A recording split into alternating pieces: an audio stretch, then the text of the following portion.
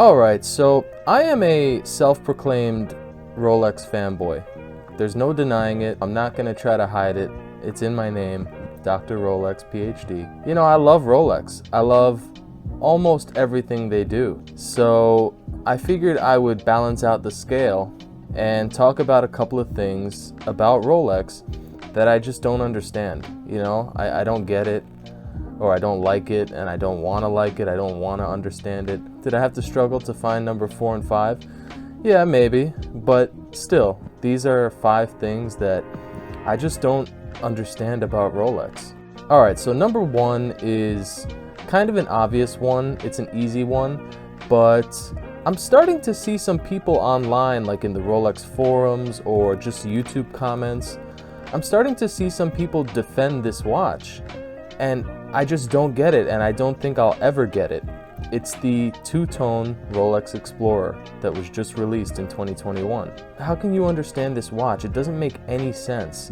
I know everybody's already said what I'm about to say, but the Explorer is the most rugged, pure Rolex watch that exists. It was kind of the last true sports watch in a way. Maybe you could put the Explorer 2 in that conversation, but certainly the Explorer. There were no frills about it. There was nothing ostentatious or unnecessary about it. It was just a pure oyster with a brushed bracelet and brushed case. Well, you know, the bezel was polished, but that was it. The polished bezel was the only thing about that watch that was fancy. But now with the gold running through it, it just looks so weird. It doesn't look like an Explorer. I don't get it. I don't get it. Number 2 on this list is the Turn-O-Graph. I don't get it. I don't understand the Turn-O-Graph. Like back in the day, I get it. You know, I understand why it was born, but I don't understand it nowadays. Now Rolex has discontinued the Turn-O-Graph, so we don't have to see it in the Rolex catalog today, thank God. You know, it was discontinued in this year. Now, I've never held a Turn-O-Graph, to be fair. I've never actually held it or played with it. But the 2 main things that I don't understand about the Turn-O-Graph is number 1, the bezel. Does it click when you turn it? Does it click like a sub? Or is it a friction bezel where you just kind of turn it into the place that you want it? I don't know, and I don't want to know. If I see one at the dealer that I go to on 47th Street, if he has one there, I'm not going to ask to see it. If you want something like that, then get a Datejust. If you want something with a bezel, get a sub. I can't imagine a situation where you would choose the Turn-O-Graph over either the sub or the Datejust. Number 2 is the Turn-O-Graph. Now, number 3 is, it's not the watch itself, it's the circumstances surrounding the watch, and that is the Sky Dweller. I understand the Sky Dweller. I think it's a really cool watch. I think it's a little overhyped, but, you know, I get it. I kind of want a Sky Dweller, but where are all the Sky Dwellers? I don't see them anywhere. When I see, like, collection reviews on YouTube, no one has a Sky Dweller. I live in New York. I lived in Manhattan for 25 years. I never saw a Sky Dweller. I still go. I work in Manhattan. My parents are in Manhattan. I'm in Manhattan often. I have never once seen a Sky Dweller, ever. I'm often on 5th Avenue with the luxury shopping and 47th Street. I've never seen a Sky Dweller on the wrist, on someone's wrist. I've seen a couple of them in the cases, but that's about it. Where are they all? I mean, the Sky Dweller's been out for a number of years now. Where are all the Sky Dwellers? I work in like luxury apartment buildings, so I'm around people who could afford a Sky Dweller and the type of person who would wear one, but I've never seen one. I've seen Daytonas, I've seen gold subs, I've seen Smurfs, I've seen all the big boys, but I've never seen a Sky Dweller, so I don't get it. All right, number 4 is a controversial one, but I feel safe in sharing my opinion because I know for a fact that other people share this opinion. So if you're mad at me for this, I'm sorry, but I have to say it. The Air King. The modern Air King. I don't understand it. What is that watch? In fact, I hate that watch. You know, I know some people like it, and I'll often hear people say, oh, the best value in modern Rolex is the modern Air King. How do you not think that watch is so ugly? It's so ugly. It's such an ugly watch. I'm sorry. I'm sorry if you own one. The 3, 6, and 9 numerals of the Explorer, not even the good numerals, they're the old, you know, non-lume numerals. So when that watch is being loomed up at night, you're only seeing the other indices. The 3, 6, and 9 are not loomed. So you've got these big gaps in the loom.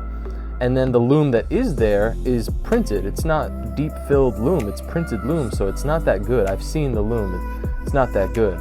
It's got a big fat case from the Milgauss, which I also don't understand. I mean, I guess pilots are around magnets and stuff.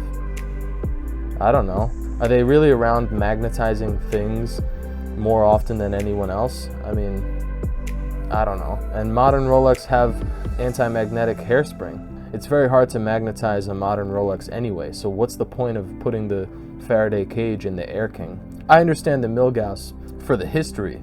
The history of the Milgauss is the Faraday cage, so I get that. But the Air King? I don't get it. Oh, and another thing about the Air King, I have to give credit to ID Guy, who I'm sure you know. He's got an amazing YouTube channel. You know, he's into industrial design, ID industrial design guy. He pointed this out, and ever since he did, I can't unsee it. It's one of those things, once you see it, you can't unsee it. So I'm sorry if you haven't seen this yet, and I'm about to ruin it for you, but the 5 numeral is just a 5. It's not 05. So the rest of the numerals are 2 digits, but the 5 is only 1 digit, so it just sticks out like a sore thumb once you've seen it. Before, I didn't notice it. It looked normal.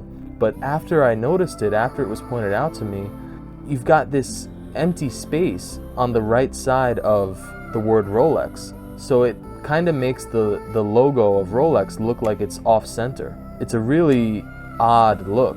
Rolex could have just put 05 instead of just 5. And in my opinion, it would have looked 10 times better. Any inkling of attraction I had to that watch before was ruined by that discovery of the 5. So there you go, the Air King. And number 5 is, again, not the watch itself, although partially the watch itself. The new Cermet, or Starbucks, the new ceramic Kermit. How are the prices on that watch so high? If you look at Chrono 24, that watch is selling for over 20 grand. And the Hulk is selling for between like 22 and 25 grand. Okay, so you could get the new Starbucks for 20 grand, but you could get the Hulk for 23 grand. Why would you not just spend the extra 3 grand and get the Hulk? Who is buying a Cermet? An available watch, you can get the Cermet from an AD, it just came out. Why would you spend $20,000 to get it on the gray market when you can get the Hulk for just a couple grand more?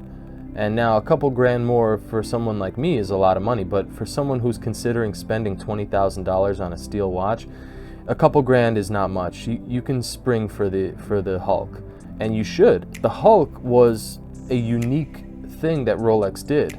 That dial with the green gold, shiny green dial, that was extremely unique. They haven't done that with any other dial. There's gold particles in there. How cool is that? That's like the coolest thing ever. Why would you get just a simple black dial and a green bezel, which even objectively, I'm sorry, it's not that I don't like the Cermet, I just think that between the two, green bezel with black dial or green bezel with green dial, I think the green bezel with green dial works way better. Same thing with the Smurf. You know, the Smurf with the blue dial and the blue bezel looks 10 times better than the blue bezel with the black dial. I'm not saying the blue bezel black dial looks bad.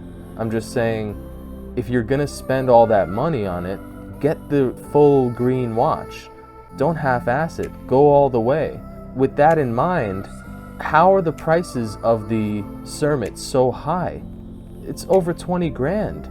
How's that possible? And who's buying that? You know, Austin Daniels, he talks a lot about how the prices for these modern watches are inflated by the dealers themselves. You know, it's a non-organic price growth for these modern Rolexes. And I have to agree with him, especially when you look at watches like the Cermet.